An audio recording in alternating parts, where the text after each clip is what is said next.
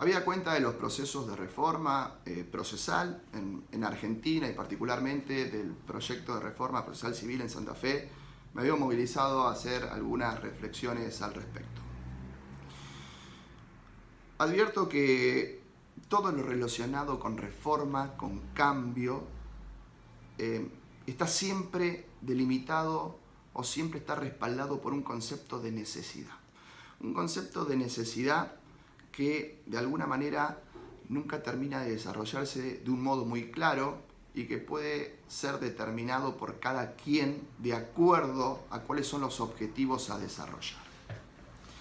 Adelanto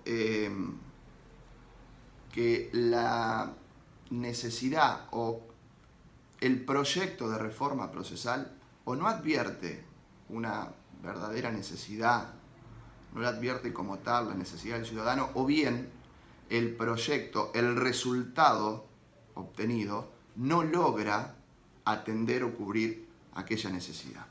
Digo esto porque se opera siempre con un concepto de necesidad que lo que hace es imprimir urgencias. Cambia absolutamente los tiempos, todo es prioridad, todo es urgencia para atender en esa necesidad y restamos tiempo al análisis más completo, más profundo de lo que estos procesos de reformas implican.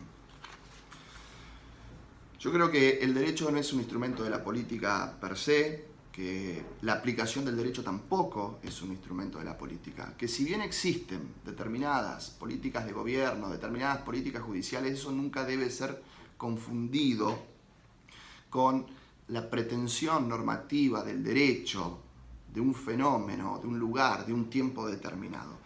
Fíjense ustedes, el derecho tiene vida propia, el derecho no nace para ser instrumento de. Hay derechos fundamentales que no pueden ser desconocidos por ningún tipo de política, ni de política legislativa, ni de política de aplicación. A quienes nos apasiona el derecho, ver el derecho en el carácter de instrumento, no solo nos duele, sino que también nos preocupa. Me parece que no por eso, no porque esto ocurra, podemos descansar, podemos dejar de pensarlo, podemos dejar de reflexionar. No nos podemos conformar en considerar que el derecho es lo que los jueces dicen que es y que la interpretación del derecho es la única interpretación que cabe, la interpretación auténtica. No podemos resignarnos a considerar que el estudio, que hay que estudiar solamente jurisprudencia para de ese modo resultar pragmáticamente efectivos. Es decir, el derecho queda dentro de dos políticas distintas, una política de creación, política legislativa y una política judicial de aplicación. Yo creo que en referencia al proyecto de reforma procesal de Santa Fe, el problema está dado por una política de origen o una política legislativa. En la política legislativa encontramos dos casos. Aquellas políticas que surgen de los reclamos sociales, que son el clamor de una sociedad que buscan una consagración de ley, y aquellas que son el clamor de los bloques mayoritarios que lo que buscan es justamente realizar una determinada política o una idea política, ya sea una idea de política de gobierno, de política económica, de política social, de lo que fuere. Es decir, que nace de esas mayorías parlamentarias que pretenden ir imponiendo sus ideologías. Y si bien se observa esto, impactan de una manera muy diferente en el derecho. No es lo mismo una reforma de tipo constitucional fundada en política ideológica que fundada o apoyada en política social. Lo mismo ocurre cuando se trata de fenómenos o de leyes de forma que moldean fenómenos sociales, y otra cosa muy distinta a lo que ocurre cuando hablamos de leyes de fondo. Observar toda esta fenomenología de cuáles son los cambios que afectan o que inducen, que crean, que modifican, que aportan las circunstancias para regular un sistema de justicia, me parece que es lo llamativo y es lo que deberíamos analizar a la hora de evaluar el proyecto propuesto por el Poder Ejecutivo de Santa Fe. El sistema de resolución de conflictos que se le encarga a uno de los poderes del Estado, fíjense que no resulta operativo per se o en abstracto, siempre necesita del caso concreto, nunca puede funcionar por la discusión misma. Es así que este me parece que es uno de los primeros límites, más allá de esos amplios y acertados, muy amplios límites que cuenta el sistema, que es la no judicialización de casos más allá de lo jurídico. Pero esta línea no siempre se ve muy marcada. Es más, se encuentra endeble y por lo tanto ocurre este fenómeno que es la politización de la justicia y la judicialización de lo político, haciendo un poco un ida y vuelta de causas que no son enteramente jurídicas o de causas que a través de la politización, de la mediatización, le aportan un ingrediente distinto a lo jurídico. Yo creo que para que este fenómeno ocurra, lo que sucede es que hay siempre uno de los poderes del Estado que pretende servirse de otro. Es decir, que ve primeramente o de modo general al derecho como un instrumento de determinadas políticas, y si nos referimos en lo específico al proceso judicial, ve al proceso judicial como un mecanismo o como un instrumento de control, un instrumento al servicio de una determinada idea política, idea económica, idea social. Fíjense que siempre se da en el mismo sentido. Todos buscan servirse del poder judicial, todos buscan servirse del proceso judicial por el carácter jurisdiccional que la respuesta a esos problemas tiene. Si se tira ese hilo, el único modo posible para que esto ocurra es afectar la independencia de ese poder judicial, la independencia de los operadores de este sistema de resolución de conflicto. En la actualidad se discute si para el juzgamiento de determinado tipo de delitos el sistema a aplicar es un sistema de juicio por jurados.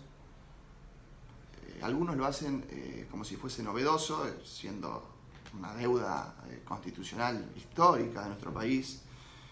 También se ha discutido un sistema acusatorio para el juzgamiento de aquellos otros delitos, para el juzgamiento penal, también como si fuese un avance o una modernidad. Considero que no son más que ese sano equilibrio que debe obrar en cuanto al ejercicio del poder persecutorio del Estado. Lo que pretendo decir con esto es que más antes, más luego, cada cosa va adquiriendo su peso y su lugar en el orden jurídico a medida que la sociedad avanza en su educación cívica. Pero lo particular, la excepción, la anomalía, es que en el sistema de resolución de conflictos de orden civil ocurre el fenómeno contrario. Es decir, mientras por un lado se van acomodando, se van moldeando y se abonan aquellas garantías constitucionales que se adeudaban, al mismo tiempo se contrae deuda para con esa misma garantía en la implementación de un sistema de resolución de conflictos civiles que es opuesto a aquel otro. Lejos estamos con este proyecto, de avanzar hacia un proceso de tipo acusatorio civil, sino muy por el contrario, se está creando un proceso, de alguna manera, un sistema muy interventor dado el rol otorgado al juzgador y muy intervenido, si se lo piensa, de cuáles son las facultades que tienen las partes para repeler cuando aquella intervención ocurre. El proceso como fenómeno social es único. Por lo tanto, cuando se determinan procedimientos de tan diversa naturaleza, tanto en el orden civil como el penal, y más allá de las particulares, por supuesto, de las particularidades de cada uno de estos sistemas, claramente la sospecha es que alguno presenta alguna anomalía grave. Me parece que es interesante volver a pensar o repensar al beneficio de quién está determinado el sistema de justicia, si está pensado al servicio de sus operadores empleados o está pensado al servicio del ciudadano justiciable, si estas reformas son la resultante de una política legislativa aclamada por la sociedad o bien es alguno de esos casos donde resulta ser una política parlamentaria propia de un determinado grupo político que buscan un rédito muy distinto a aquel del derecho, del beneficio propio, del derecho como producto. Creo yo que todos reconocemos que el sistema de justicia necesita de ajustes, necesita de herramientas para mejorar en su gestión, Vemos hoy que los índices indican una gestión deficiente en el sistema de resolución de conflictos y claramente está la voluntad o la política legislativa de atender esa deficiencia en la gestión. Pero creo que el proyecto se equivoca en cuanto a su diagnóstico, no hace una mea culpa del resto de los ingredientes que tiene este sistema de justicia y solamente lo circunscribe a atender el problema o el culpable de todos los problemas parece ser el procedimiento y por eso una reforma orgánica total, una reforma procedimental total. Vuelvo, yo creo que todos reconocemos que la justicia necesita ajustes. Creo que el tiempo que insume la resolución de una causa judicial es absolutamente inapropiado.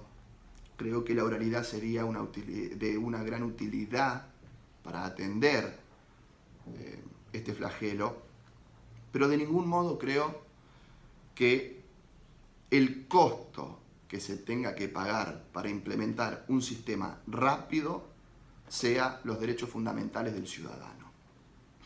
Visto el proyecto del Poder Ejecutivo, entiendo que en última instancia no atiende las necesidades del ciudadano. Si bien atiende la necesidad del ciudadano en el sentido de el reclamo que hace de la excesiva duración de los procesos, de ninguna manera el proyecto puede responderle a ese ciudadano otorgándole un proceso rápido, pero a costa de derechos fundamentales.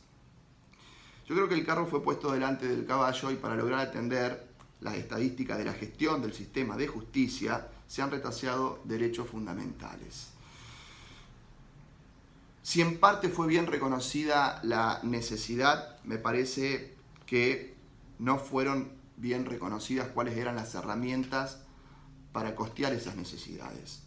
De ningún modo se puede afectar los derechos fundamentales del ciudadano, de ningún modo se puede afectar, restringir la libertad de defensa para tener un derecho rápido. Si bien se le explica a la sociedad cuál es el costo que este proyecto determina para obtener un procedimiento rápido, y ese costo es el retaseo de sus derechos fundamentales, la limitación en la libertad para ejercer el derecho de defensa, de ningún modo puede prosperar.